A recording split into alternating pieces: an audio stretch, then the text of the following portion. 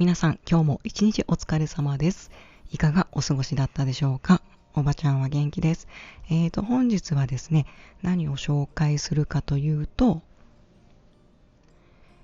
インドの一番新しいペンメーカーのワジールですね。ワジールというメーカーをご紹介します。欲しいなと思っていた一本です。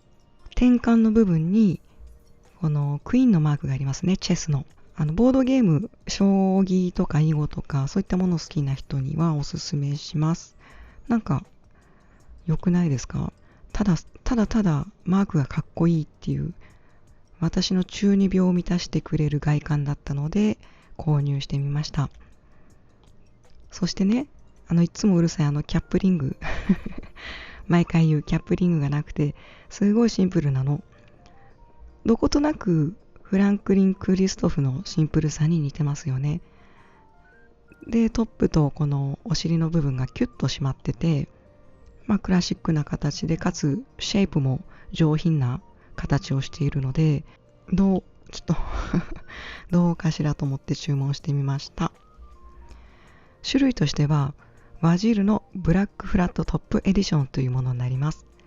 こちらが、画面がね、すぐでかくなっちゃうのね。画面がすぐでかくなっちゃうんだけど、この並べ方も綺麗よね。パッと見私の好きなサインペンにも似ています。2部にはワジールのロゴが入っています。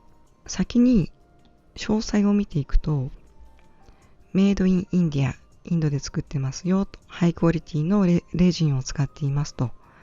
そして2部ユニットはサイズ6。で、この2部ユニットサイズ6は、このフラットタイプはボック仕様になります。ボック仕様の完全互換です。なので、このペン自体、この軸自体が欲しくて、2部がちょっと自分の手に合わなかったなと思った場合は、他のサイズ6の2部に交換が可能です。重さが 25g。2部はファイン、ミディアム、ブロード。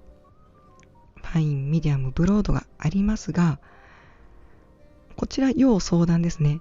要相談すると BB だったりスタブだったりも用意ができるようです。エキストラファイン、ミディアム、ブロード、ダブルブロード、スタブが用意できますよと。ただできるだけこの中で買ってくださいっていう感じですね。使っている2部ユニットがワジールの2部ユニットです。インクスタイルがカートリッジコンバーターアイドロッパーって書いてあります。ただ、アイドロッパーするにはネジネジの部分が結構短いので、私はまだトライしてません。ちょっとね、ここはね、要検証ですね、アイドロッパーは。そしてこちらの価格が$45です。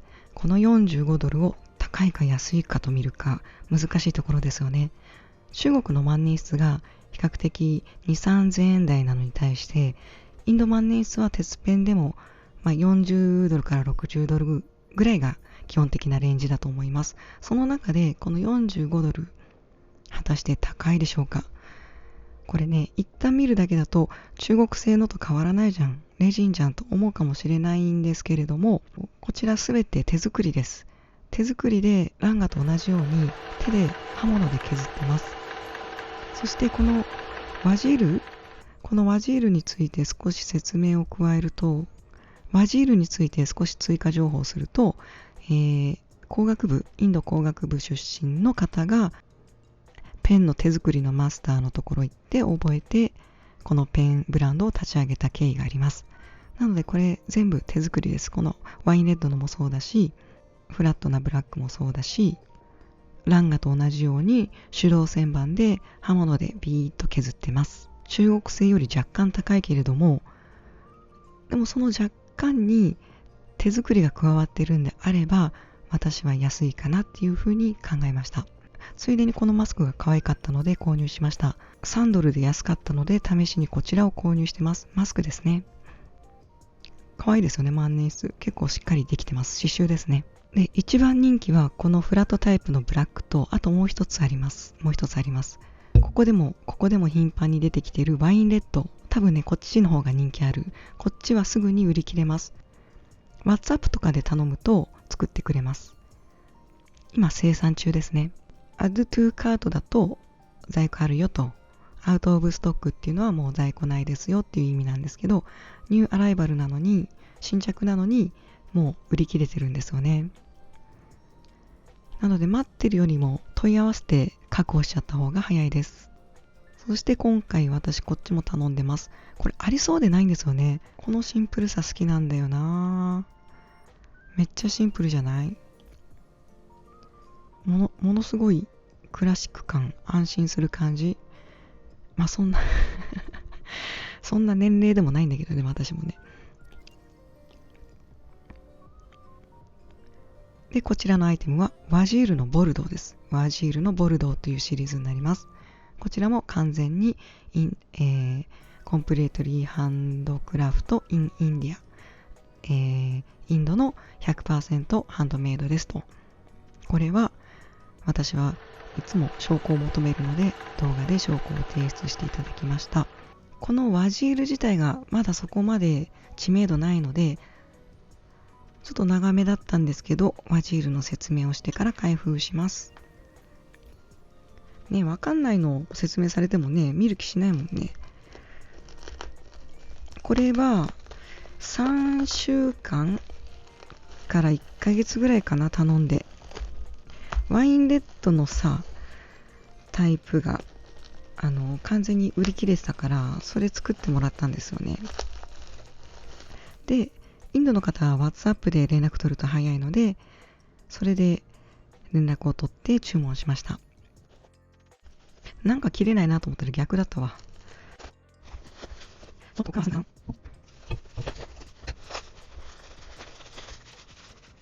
めちゃくちゃ可愛い。めちゃくちゃ可愛いぞ。あ、いいじゃん。いい感じ。第一印象。あ、好きなタイプ。好きなタイプです。すごい、めっちゃぴっちり。めっちゃピチピチになってるね。真空パックみたいにパッキングされてます。こちらがワインレッドです。あ、これちょっと色味、カメラじゃちゃんと映んないかも。これもっと暗めです。カメラで映ってるよりも、もっと濃いワインレッドしてます。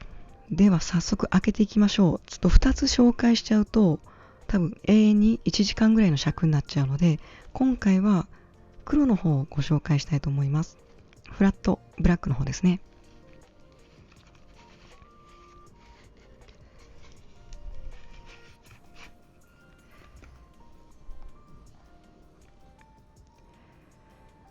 ワジールのフラットブラックになります。あ、かっこいい。ありそうでない。ありそうでない。この完全フィルムでパックされてる。フィルムでパッキングされてます。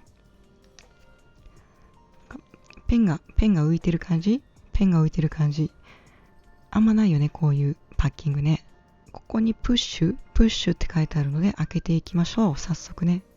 早速開けていきます。ちょっと待ってね。手袋してるから案外硬いぞ。危ない。危ない。開けます。いいね。ごめん、人変わってるわ。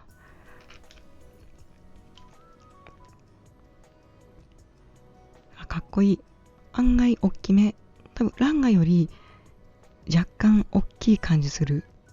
ペリカンのスーベレン1000より大きいですね。このぐらいのサイズ感です。そしてこちらのクリップは取れます。黒の色重いんだけど、いろんなところできちっと計算されたシェイプしてるからね、大きいなっていう感覚はない。フィットする。ここにこの手のくぼみの部分にしっかりフィットしますね。で、こちらマスクも開けてみたんですけど、耳の調整が抜群で、刺繍も可愛くて、かつ立体的です。非常にこの生地の立ち方っていうか、カッティングがうまい。つけてみたんですけど、ちゃんとね、鼻のラインから顎のラインまでカーブして沿うから、ナイキとかのスポーツのシンプルなマスクに近いかな。とてもフィット感があって使いやすいです。で、これ可愛いしね。このマスクして文具屋さんに行ったら私です。これね、めちゃめちゃ気に入った。この2枚だけじゃなくて、あと数枚購入してます。買って正解だったな。これ、めちゃめちゃおすすめ。なんかさ、定期的に動画アップする人すごいよね。多分、私生活もきちんと自制聞いてる人だと思う。私、そういうの無理だからね。よくサボります。今回も、元気してますかってね、気にしてくださってる方がいて、またこうお尻叩かれて動画を撮ってます。もう好きあらばサボる。好きあらばサボります、私は。で、こちらが、両方ともすごい人気で、よくソールドアウトになるんですけど、どっちかっていうと多分こっちの方がね、ガンガン出てると思う。では行きましょう。こちらもプッシュなんで、ちょっと硬いかな。こう空気入れないとね、空気を入れて開ける。ダメだ。ちょっと待って。ちょっと硬い。硬いよ。手袋外します。OK。OK。もうすでに開けてんのバレてるけど、プッシュなんで、これで開けます。上にくっついてます。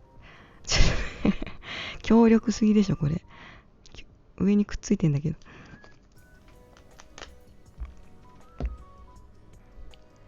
そしてこちらが一番人気のワジールのボルドーですね。ボルドータイプ。これね、ごめん。本当はね、太陽の下で撮りたいんだけど、今、梅雨で全然晴れないから、蛍光灯の下で撮ってるの。ちょっとね、色味がね、もうちょっと濃いワインレッドなんだよね。で、今回購入したのがこちらの2本です。このシェイプが違うの分かりますかね。上がフラットになっていて、下はまん丸。こっちがちょっとヘリテージっぽい感じ。こっちがヘリテージっぽくて、こっちがちょっとクラシックバランスみたいなタイプですね。ボルドーは丸く加工されてます。そこも同じで、ブラックの方はフラットで、こちらは丸くされてますね。違いとしてはこちらのフラットタイプにはちっちゃくワジールの文字が刻まれてます。プリントかな？ちょっとね、おばあちゃん見えないんだけどね。じゃあ、早速黒軸なんですけど、こちらの定番の中に個性を見る感じが私めちゃめちゃタイプで、よくあるっちゃよくあるんだけど、ないっちゃない、このちょっと台形チックなカーブの仕方。ここまで来て、この辺りが角張ってるんですよね。シェイプして、で、この軸結構大きいんですよ。スーベレーン M1000 よりでかいんで。で、このお尻の部分も、このままフラットでいくんではなくて、ちょっとここも楕円形チックに曲がってる。これがね、持った時に、大きいんだけどね、また他の万年筆とは違った印象を持たせるんですよね。で、転換にはワジールのロゴが入っていて、このクリップは外せます。この転換が回せるので、クリップを外して、こういった完全なシガータイプで家で楽しむのもいいですし、勉強やビジネスで外に持っていくのでもいいですね。基本アイドロップよりもコンバーターで使うタイプだと思うので、インク漏れもアイドロップよりかは心配しなくて済みます。女性の手にも馴染みやすい。男性の手だったらより馴染みやすいと思う。じゃあ開けていきましょう。で、こちら見てわかるかな？後でちょっとアップしますけど、エボナイトみたいに削った感じが出てるんですよね。手作業なんで、手動旋盤なんで。これでね、ちょっとエボナイトっぽいなと思う方もいらっしゃるかもしれない。そのぐらい少し厚みがあって、他のレジンとは違うような質感に感じられますね。手作りのいいところですよね。で、こちらも後でアップしますけど、もうこの時点で手動で旋盤で引いたのがわかりますよね。細かい線が入ってます。で、こちらも定番の中の個性で、グリップの後ろの部分がふにって、なんかアラビアンの壺みたいにふにってこうぷっくりしてるんですよ。これも非常に面白いと思います。で、持った感じが、ここがプニッとしてるから、指の肉がこっちの方向に流れるんですよね。言ってる意味わかんないと思うんですけど、こう掴んだ際に、指のこの腹の肉の角度が上向きになりやすいので、このアラビアンのツボみたいな角度なので、上向きになりやすいので、持った時に、この指の折り方の形が綺麗になる。で、この軸が太めなので、ここのくぼみにきっちりと収まる、太軸のいい部分が存分に発揮されてます。さすが工学部出身といったところですかね。この台形の部分、もしフラットだったら、この大きさだったらもっとやぼったくなるんだけど、ちょうどいい具合にここで曲がってきてシェイプされているので、非常にでっかいんだけど、スマートに感じさせる、とてもクラシックで上品な形だと私は思います。ここ、ヘリテージタイプというかフラットになってますね。全体の印象は私はとても好きです。とても好きなクラシックの形になってます。そしてキャップリングがない。しつこいけど、もうね、快適、ここがね、快適すぎる。こういうのを求めてます。で、アイドロップをなぜ心配してるかというと、わかるかな？ここのネジネジが異様に短いんですよね。下手したら日本のものよりも短い、アイドロップ対応してないもの。なので、ランガとか、78G とか、そういったアイドロップ化できるものって結構このネジネジが長いんですよ。で、その間にシリコングリス塗って防いだりするんですけど、私この長さでアイドロップにするかは非常に迷います。で、こちらは B です。B で2部が台湾製になります。こちらはもう確認済みです。で、こちらのコンバーターがシュミット製ですね。45ドルでさ、もう700円とかするこういうコンバーターつけるのも大変だよね。で、この中も暗くて申し訳ないんですけど、削ってることによって若干エボナイトのマット感っぽい感じが出てます。ただ、こちらはレジンです。これね、中照らしてみるとね、一瞬どっちかなっていうぐらいちゃんと刃物で削ってるんで、これはね、迷う人は迷っちゃうかもしれない、素材について。じゃあ少し細かいところを見ていきましょう。まずさっき説明していたワジールの台湾製の2部ですね。こちらが B です。B です。この辺にライト映っててごめんなさい。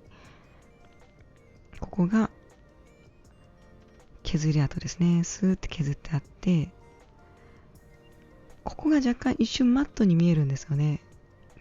で、手動旋盤の癖なんですけど、これならおばあちゃんでも見える。ワジールって書いてあるね。お尻の部分にワジールと書いてあるんですけど、こちらは本当にちっちゃい字です。今めちゃめちゃドアップにしてるから見えるけど、なのでこういったロゴがあんまり好きじゃない。私がそのタイプなんですけど、そういう人でもこんな感じで全く目立たないので、持ってて気にならないです。多分このロゴがね、もっと主張してたら私買ってないと思います。あと通じる人には通じるこのタイポグラフィックっていうんですけど、文字のデザイン。これがね、ちょっとね、私、この時代にトラウマがあるんですけどね、多分ね、私の知人、縁切れてる知人、このチャンネル見つけてると思うんですけど、これ似てない？あれに似てない？ごめんなさいね、ちょっと隠語使って申し訳ないです。削った部分がちょっとマット感あって、光沢の部分がすごい光ってるんですよ。これって、ランガのポリッシュタイプに似てるんですよね。こちらがエボナイトなんですけど、ポリッシュがすごい磨かれていて、このネジネジの部分がちょっとマット感ある。この感じ見ちゃうと、非常に似てますよね。こちらがキャップの展開、非常によく磨かれてます。こんなキャップするとね、さすがに、どんな万年筆でも、工業製品でも、傷は目立つと思うんですけど、で、こちらがキャップの中身です。こんな感じに削れています。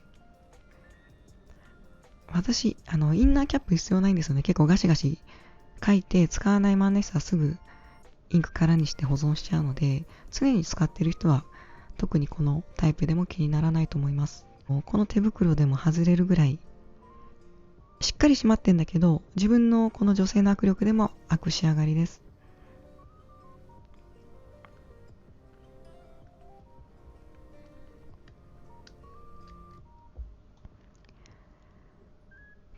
こういった形ですね。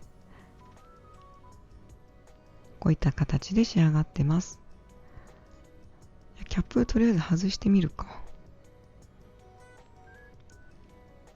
ペリカンのクリップ外しの動画でもやりましたけど、ここにきちんとクリップの位置がかっちり収まるようにへこみがありますね。こんな感じでちゃんと中も刃で削った跡があります。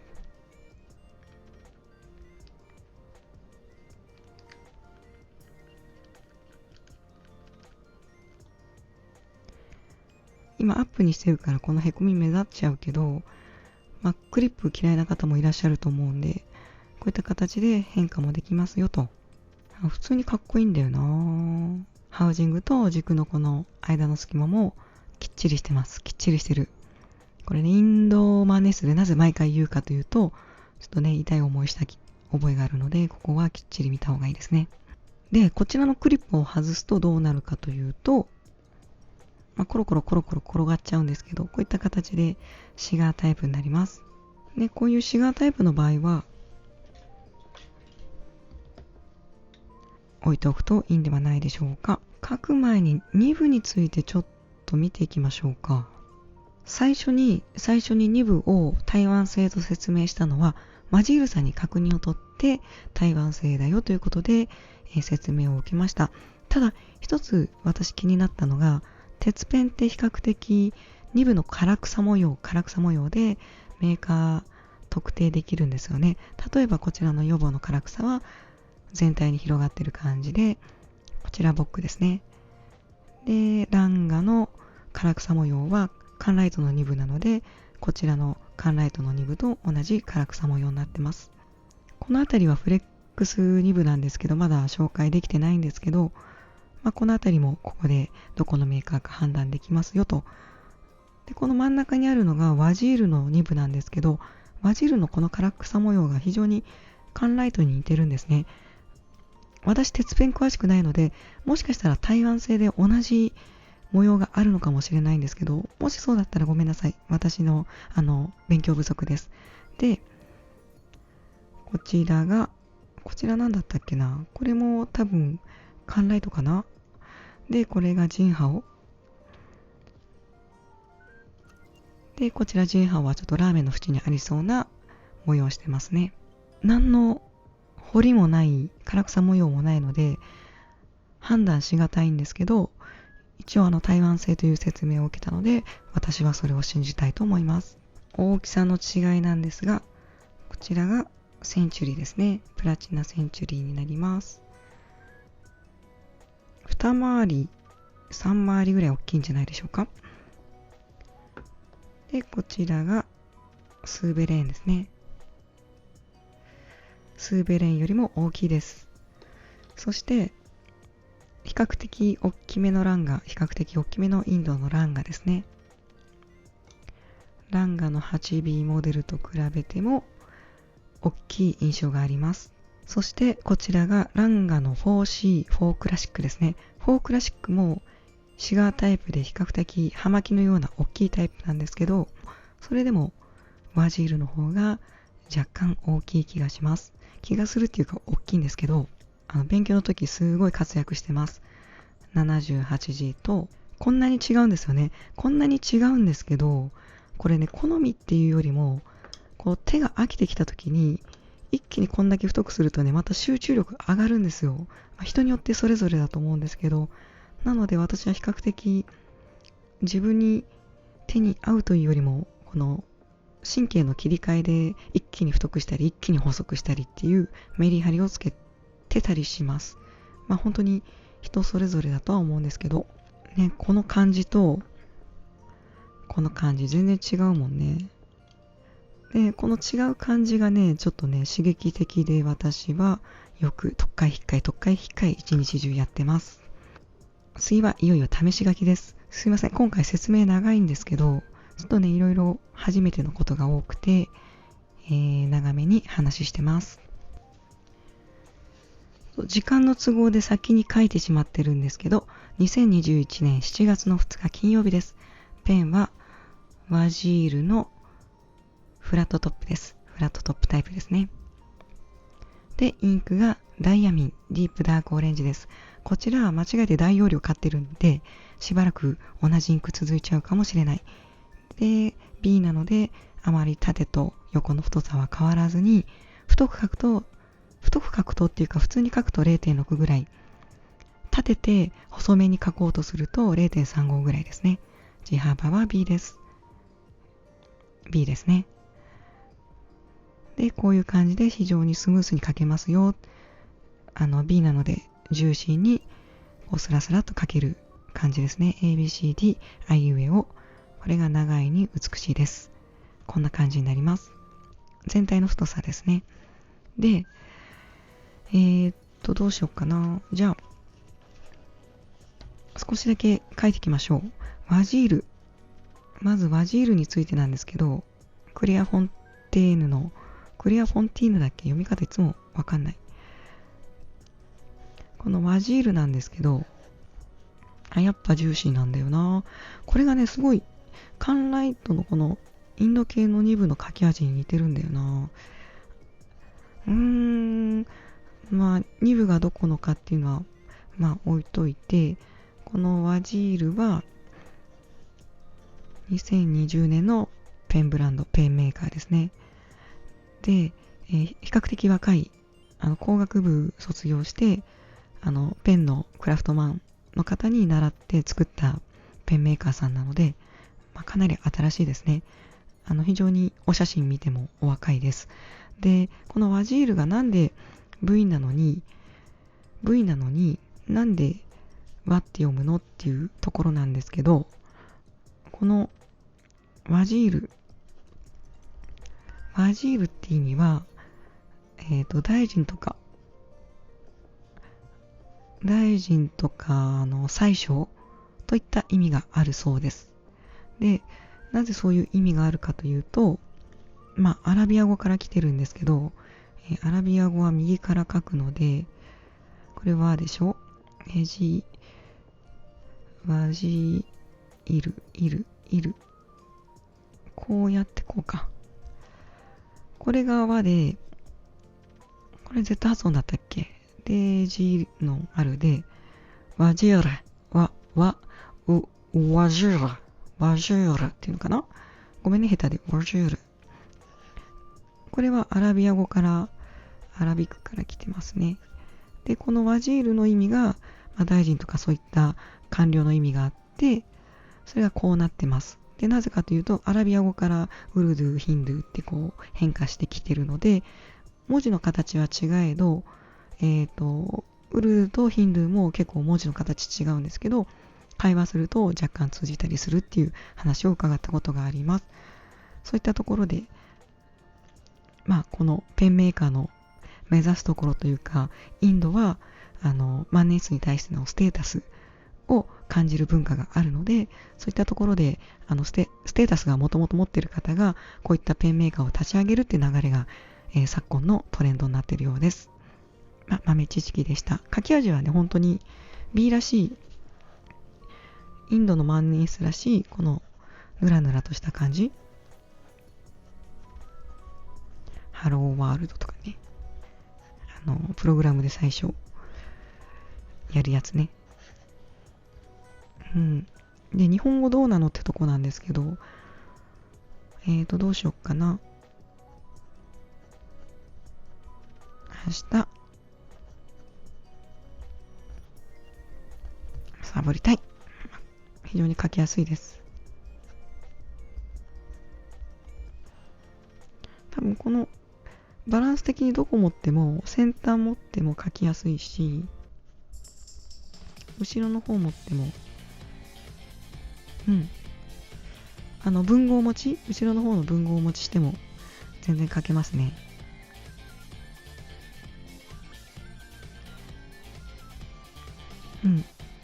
なんか久しぶり書いたからさ、久しぶりのレビューだからめっちゃ雑だけど、こんな感じで私的には非常に気に入ってます。で、もうすでにこれは雑なんですけど、かなりノート筆記してます。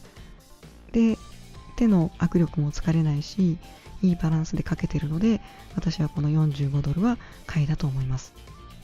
とてもぬくもりがあるいい一本です。いい一本。おすすめです。で、長くなりすぎちゃうので、一番人気のワインレッドは、次回に回します。次回いつになるんだろう。最近ちょっとね、時間のマネジメントが下手でね、申し訳ないです。チェスとかボードゲーム好きな方におすすめです。万年筆愛好家の方は結構ボードゲーム好きな方いらっしゃるんじゃないかなと思うんですけど、ぜひ試してみてください。手作りでこのクオリティだったら私は買いだと思います。それじゃあ今日も一日お疲れ様です。長くなってごめんなさい。それではまた。ありがとうございます。おやすみなさい。じゃあね。